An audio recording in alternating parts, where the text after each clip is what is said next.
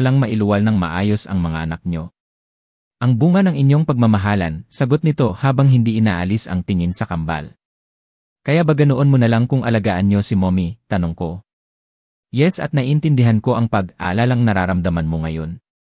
Maswerte ka pa rin, ilang araw lang ang hihintayin at magiging maayos na ang lagay ng asawa mo. Unlike sa Mommy mo noon, halos lumuha ako ng dugo sa kakadasal para lang pagbigyan ako ng Diyos ng pagkakataon na makasama siya habang buhay, sagot nito. Baka sa boses ang lungkot nito habang binabalikan ng tanaw ang nakaraan. Alam ko naman ang tungkol dito. Alam ko kung ano ang mga nangyari sa nakaraan nila ni Mommy. Fighter lang siguro talaga si Mommy kaya nalagpasan niya lahat ng pagsubok na yun. Hindi ko din ma-imagine kung anong hirap ng kalooban ang naranasan ni Daddy habang nakikita nitong nahihirapan si Mommy noon. At mabait talaga ang Diyos, walang imposible sa kanya. Kaya niyang ibigay ang lahat. I know and I promise magiging katulad ako sa iyo, Dad. Magiging mabuti akong asawa at ama. Aalagaan ko ang mag-ina ko. Sila ang magiging una kong priority habang buhay. Sagot ko. Tinapik naman ako nito sa balikat at nagpatiuna ng naglakad paalis. Muli kong sinulyapan ang twins at sumunod na din dito. Pagkabalik ko ng kwarto na abutan ko si Charlotte at Carmela sa loob. May mga prutas at bulaklak at iba't ibang klaseng pagkain ang nakalapag sa mesa. Gusto kong makita ang mga babies. Excited na ako, narinig ko pang wika ni Charlotte. Hindi ko na pinansin pa at akmang babalik ako sa upuan sa gilid ng higaan ni Veronica nang magsalita si Mommy. Kumain ka muna, Rafael. May dalang pagkain ng ate Carmela mo kaya sabay na kayong kumain ng daddy mo, wika nito. Yup! Hayaan mo munang makatulog si Nika. Ang galing, kambal agad ang first baby nyo. Congratulations sa inyong dalawa, nakangiting sagot naman ni ate Carmela. Kaagad naman akong sumagot ng pasasalamat at muling napasulyap kay Veronica. Ang hirap pala kapag manganak, no? Parang ayaw ko na tuloy mag-asawa at magbuntis. Si Jen din noong nanganak kailangan X. Hays, parang nakakatakot, wika pa ni Charlotte. Pero mas nakakatakot kapag tamaan ka ng bala sa bakbakan. Tignan mo nga ang ugali mo, bata ka. Ang lakas ng loob mong mag-enroll sa military, sa panganganak na lang takot ka na, sita naman ni ate Carmela sa anak niya. Hindi ko maiwasang mapangiti. Huwag ka nang magsundalo. Tulungan mo na lang kaming alagaan ang twins. Magdoktor ka na lang. Physician doctor, nakangiti kong sagot. Kahit ako hindi pabor sa gustong pagsusundalo ni Charlotte. Kung naging lalaki sana ito, ayos lang. Yun po kasi ang sinisigaw ng puso ko . Ang astig kasi tingnan lalo na kapag nakasuot ng uniform. Katulad ng ninang ko, nakalabing sagot naman ni Charlotte. Kaagad naman itong tinitigan ng masama ni ate Carmela. Kalimutan mo na ang pangarap mo na yan dahil hindi na magbabago ang isip ng daddy mo. Hindi kanya papayagan, sagot ni ate Carmela. Kaagad naman itong napasimangot kaya sinaway ito ni Mommy. Tama na yan. Kahit ako hindi pabor sa pagsusundalo mo, apo. Masyado kang maganda para sa propesyon na yun. Tama si uncle mo, magdoktor ka na lang, nakangiting sabat ni Mommy. Hindi naman nakasagot si Charlotte. Baka sa mukha nito na hindi ito masaya sa narinig niya kani-kanina lang. Napapiling na lang ako na muling napasulyap kay Veronica. Nagulat pa ako nang mapansin ko na nakadilat na ito kaya naman nagmamadali ko itong nilapitan. Sunshine, are you okay? Kumusta ang pakiramdam mo? Kaagad kong tanong. Napansin ko ang pagtitig nito sa akin at ang pahawak nito sa kanyang tiyan. Ang babies? Ang mga anak natin. Kumusta sila? Sagot nito. Kitang-kita ko ang kaba sa mukha nito kaya naman kaagad kong hinawakan ito sa kanyang kamay. Don't worry, ayos lang sila. Nasa niku sila pareho pero maayos ang lagay nila, nakangiti kong sagot sabay yakap dito. Narinig ko pa ang mahina nitong paghikbi kaya muli ko itong tinitigan sa mukha. May masakit ba sayo? Tatawagin ko ang doktor, tanong ko. Kaagad naman itong umiling. Hindi, ayos lang ako. Natakot lang sa isiping baka may nangyaring masama sa babies natin. Hindi ko pa dapat sila ipanganak sagot nito habang patuloy ang pagtulo ng luha sa mga mata. Kaagad ko naman iyon pinunasan at nakangiting sinagot. Ayos lang iyon. Ligtas ang mga babies at walang may kasalanan kung napaaga ang paglabas nila sa tummy mo. Ayaw mo ba noon mas maaga, mas masaya? Makita at mahahawakan na kaagad natin sila, sagot ko habang titig na titig sa mukha nito. Hindi ka galit sa akin. Kasi feeling ko kasalanan ko kung bakit nailabas ko silang premature, sagot nito. No. Bakit naman ako magagalit sa sunshine ko? Ikaw nga ang dapat na magalit sa akin dahil wala ako habang nahihirapan ka, sagot ko. Naramdaman ko pa ang pagpisil nito sa kamay ko bago sumagot. Hindi naman eh. Siguro nagsasawa na ang babies natin sa kakaboxing sa loob ng tiyan ko at gusto na talaga nilang lumabas, sagot nito. Hindi ko naman maiwasan na matawa. Heist, sino ba ang hindi ma-inlove kung ganito ka, cute ang babaeng nasa harap ko. Naging maayos naman ang mga sumunod na araw. Halos hindi ako umaalis sa tabi ni Veronica hanggang sa unti-unting naghilom ang sugat nito dulot ng cesarean operation. Pina, cancel ko lahat ng mga meetings at appointments ko sa opisina para lang matutukan ito. Gusto kong bumawi sa kanya sa mga oras na wala ako sa tabi niya noong kailangan niya ako. Gusto kong ako mismo ang personal na mag-aalaga sa kanya. Are you sure busog ka na? Tanong ko sa kanya. Sinusubuan ko ito ngayon para mabantayan ko ang dami ng kanyang kinain. Ilang beses kasi nitong sinabi sa akin na wala daw siyang ganang kumain pero mapilit ako. Kahapon pa ito walang kain at minsan naririnig ko ang kanyang dibdib na masakit daw ang kanyang sugat. Hirap din itong bumangon ng kama at kahit pagpunta ng banyo, kailangan ko pa itong buhatin, huwag lang mapuwersa ang tahi niya. Busog na ako. Tignan mo, halos maubos ko na ang laman ng pinggan. Isa pa kanina ko pa gustong puntahan ang babies natin. Miss na miss ko na sila, sagot nito. Kaagad akong napangiti. Sure dahil marami kang kinain ngayon pupuntahan natin ang babies natin. Gusto ko din silang makita nakangiti kong wika. Ano nga pala ang sabi ng doktor? Kailan sila pwedeng ilabas sa incubator para maiuwi na natin sila sa mansion? Ayaw ko na dito hindi ako komportable sagot nito. Masuyo ko itong hinawakan sa kamay at nakangiting sinagot. Don't worry, maayos ang baby natin.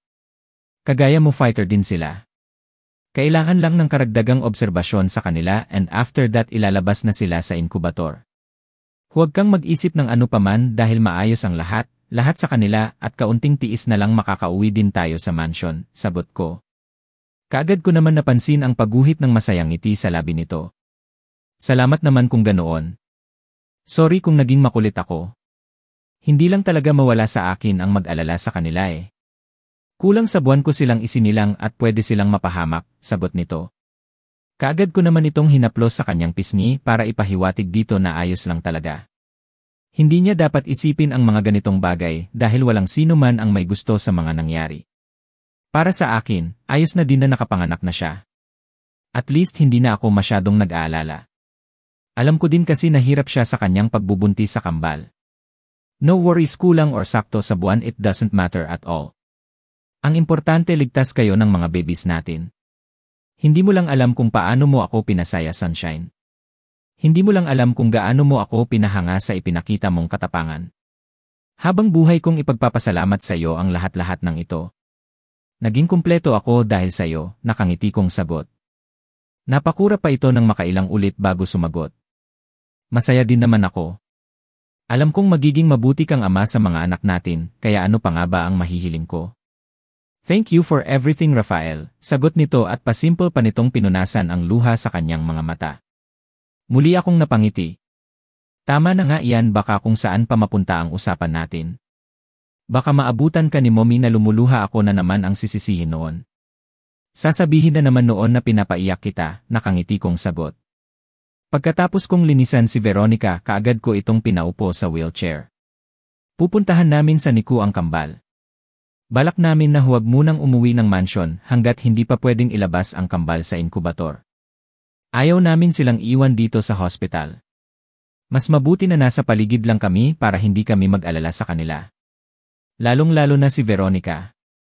Ang gaganda nila, narinig ko pang wika ni Veronica habang titig na titig sa mga anak namin. Yes, mana sa atin, nakangiti kong sagot. Maayos naman ang naging kalagayan ng kambal kaya after 2 weeks inilabas din sila sa incubator at pinayagan kami ng doktor na makauwi na ng mansion. Kahit na anong hirap ang napagdaanan ko sa pagbubuntis hanggang sa naipanganak ko ang kambal, sulit lahat ng iyon. Lalo na kapag nakikita mo kung gaano ka-healthy sila ngayon. Halos 2 weeks din na natili sa inkubator ang kambal. Mabuti na lang at fighter din sila kagaya ko, kaya nalagpasan nila ang lahat ng test. Walang kahit na anong komplikasyon silang pinagdaanan hanggang sa makauwi kami ng mansion. Sa bagay, sinigurado namin lahat na maibibigay sa kambal lahat ng serbisyong medikal. As in lahat-lahat kaya nang i-declare ng doktor na pwede na namin silang isama pag uwi ng mansion lahat kami masaya, lalo na si Rafael. Pwede ko ba siyang kargahin? Narinig kong tanong sa akin ni Rafael. Nandito kami sa kwarto namin at nasa tabi ko ang kambal. Of course sa ating lahat ikaw pa lang yata ang hindi nakakarga sa kanila nakangiti kong sagot.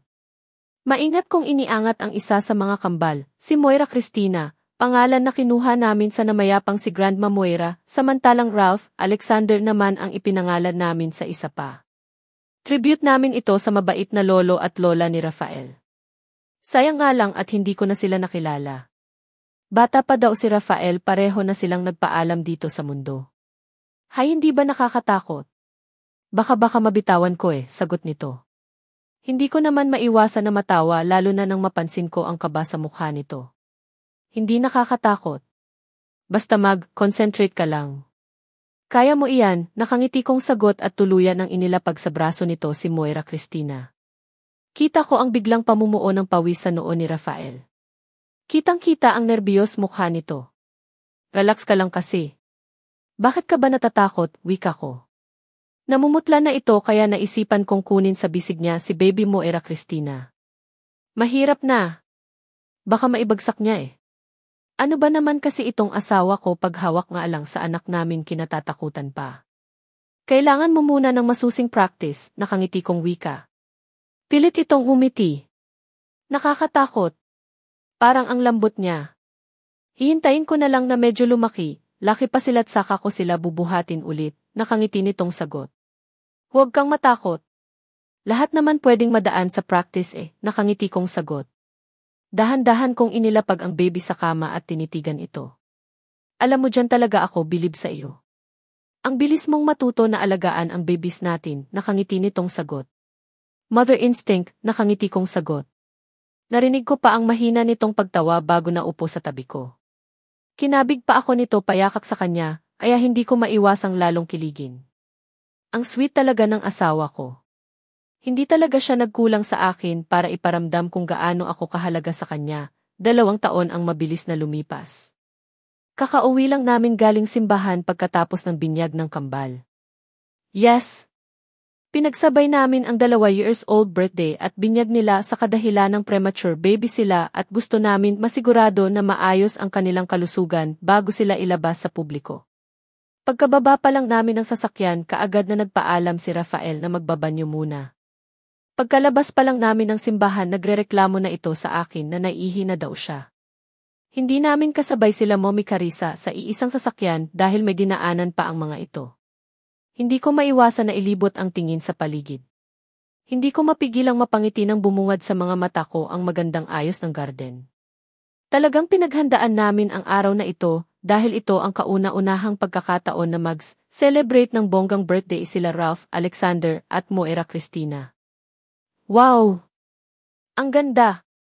Ang swerte naman ng mga inaanak ko na pinsan ko na din, narinig ko pang bulalas ni Charlotte. Ilang araw din kami nitong kinukulit bago ang binyag na kunin daw siyang ninang ng kambal. Since porsigido ito at nasa tamang edad na pinagbigyan na namin. Mahirap na, baka magtampo pa Ang galing ng mga decorations no? Kahit ako nagulat din, sagot ko naman. Karga-karga ng kani-kanilang mga yayas ang kambal, kaya kahit papaano hindi ako hirap na alagaan sila. Nika, pwede ko bang kargahin si Ralph Alexander? I mean, gusto kong ipagmalaki sa lahat na karga-karga ko ang isa sa mga inaanak ko at celebrant na din don't worry, iingatan ko siya, nakangiti nitong paalam sa akin. Kaagad naman akong tumango. Not. Sa lahat ng pamangkin ni Rafael si Charlotte ang pinakamalapit sa amin. Halos dito na ito tumira ng mansion lalo na kapag walang pasok sa school para makita daw niya palagi ang kambal. Nagiging mahilig ito sa bata nitong mga nakalipas na taon na siyang ikinatuwa naman nila mommy at daddy. Kahit papaano malaki ang naitutulong nito lalo na kapag day off ang mga iayas ng kambal. Of course, malaya mo siyang makarga hanggang gusto mo, nakangiti ko namang sagot. Yes. Thank you, sagot nito. Excited nitong kinuha sa bisig ni Yaya Meling si Baby Alexander pagkatapos kaagad itong naglakad patungo sa kumpulan ng kanyang mga pinsan. Katulad ng inaasahan, kaagad na pinagkaguluhan si Baby Alexander ng kanyang mga pinsan. Natatawa kong binalingan ng tingin ang naiwang si Baby Christina. Karga-karga ito ni Yaya Laura, kaya nakangiti ko itong kinuha sa kanyang bisig. Magpahinga na muna kayong dalawa. Ako na ang bahala sa mga bata, nakangiti ko pang wika sa kanila. Kaagad naman silang nagpasalamat at sabay na silang naglakad paalis. Akmang maglalakad ako papunta kina Charlotte nang mapansin ko si Rafael na naglalakad palapit sa akin. Nakangiti nitong kinuha sa bisig ko si Baby Christina. Ako na ang magkakarga kay Baby. Teka lang, gusto mo bang magpahinga na muna? May 1 oras pa bago umpisa ang party kaya may time pa tayo para umidlip. Wika nito pagkatapos niyang makuha sa akin si Baby. Kaagad naman akong umiling. Ayos lang ako. Isa pa, mabilis lang ang 1 oras na iyan. Nagsisipagdatingan na din ang ilang mga bisita at nakakahiya naman kung wala tayo para i-welcome sila. Nakangiti kong sagot. Saglit na nag-isip si Rafael bago tumango. Sabagay, importanteng okasyon sa buhay ng kambal ito kaya dapat lang nasulitin natin. 1 araw lang naman ito kaya ibigay na natin sa kanila ang pinaka-the best para sa kanila. Nakangiti nitong sagot. Sabay pa kaming napatingin ni Rafael sa gate nang mapansin namin na nagsipagdatingan na ang ilang mga bisita. Well, mukhang naparami ang inimbitahan nila Mommy at Daddy ah. Narinig ko pang wika ni Rafael. Tanging ngiti lang ang naging sagot at sabay pa kaming natawa nang mapansin namin ang parating na si Pinot. May dala-dala itong malaking box ng regalo at kaagad na naglakad palapit sa amin. Happy birthday at happy christening sa mga babies nyo Nika. Pasensya na at hindi na ako nakapunta ng simbahan. Alam nyo nakakagaling ko lang ng Japan at pagkalapag pa lang ng eroplano dito kaagad ako nagpunta, nakangiti nitong wika. Nakangiti naman itong tinapik ni Rafael sa balikat. Ayos lang, at least ikaw ang unang nakarating sa lahat ng mga kaibigan natin. Para ba sa mga babies ko iyang dala mo, sagot naman ni Rafael. Kaagad naman tumango si Pinot kaya sininyasan ni Rafael ang nakaantabay naming tao na kunin ang dala ni Pinot at ilagay sa pwesto ng mga regalo. So, ang bilis lumaki ng mga babies nyo ah. Hay nako, talaga naman, parang gusto ko na din tuloy mag-asawa, nakangiti naman nitong wika. Mag-asawa ka na kasi. Ikaw na lang ang hindi nag-asawa sa ating 4 ah. Si Drake magdadalawa na ang anak samantalang si Arthur naman buntis ang asawa niya ngayon. Kailan mo ba balak lumagay sa tahimik? Baka naman sa sobrang mapili mo mapunta ka sa Buminyan ha, nakangiti namang sagot ni Rafael. Hindi ko alam eh. Naguguluhan ako. Actually, matagal na akong may napupuso ang babae. Kaya lang hindi ko alam kung gusto niya din ba ako. Komplikado kasi eh. Medyo malayo ang agwat ng edad naming dalawa at hindi ko alam kung kaya ba akong tanggapin ng pamilya niya, nakangiti naman itong sagot. Kaagad naman kaming nagkatinginan ni Rafael. Teka lang, bago yata ito ah. Sino ang malas na babae? Nagbibirong sagot ni Rafael. Hindi nakaligtas sa paningin ko ang pagsulyap ni Pinot sa kinaroroonan nila Charlotte, kaya naman hindi ko maiwasang magduda. Kilala namin, nakangiti ko namang sabat. Mabait si Pinot at sa loob ng mga taong nakalipas hindi na din iba ang tingin ko dito. Sa lahat ng mga kaibigan ni Rafael, masasabi ko na ito ang pinakamabait kahit na minsan ay sobrang daldal. Ha? Ah. Change topic, nakangiti nitong sagot habang kakamot-kamot sa kanyang ulo. Lalo naman akong kinutuban. Mabilis na lumipas ang mga oras.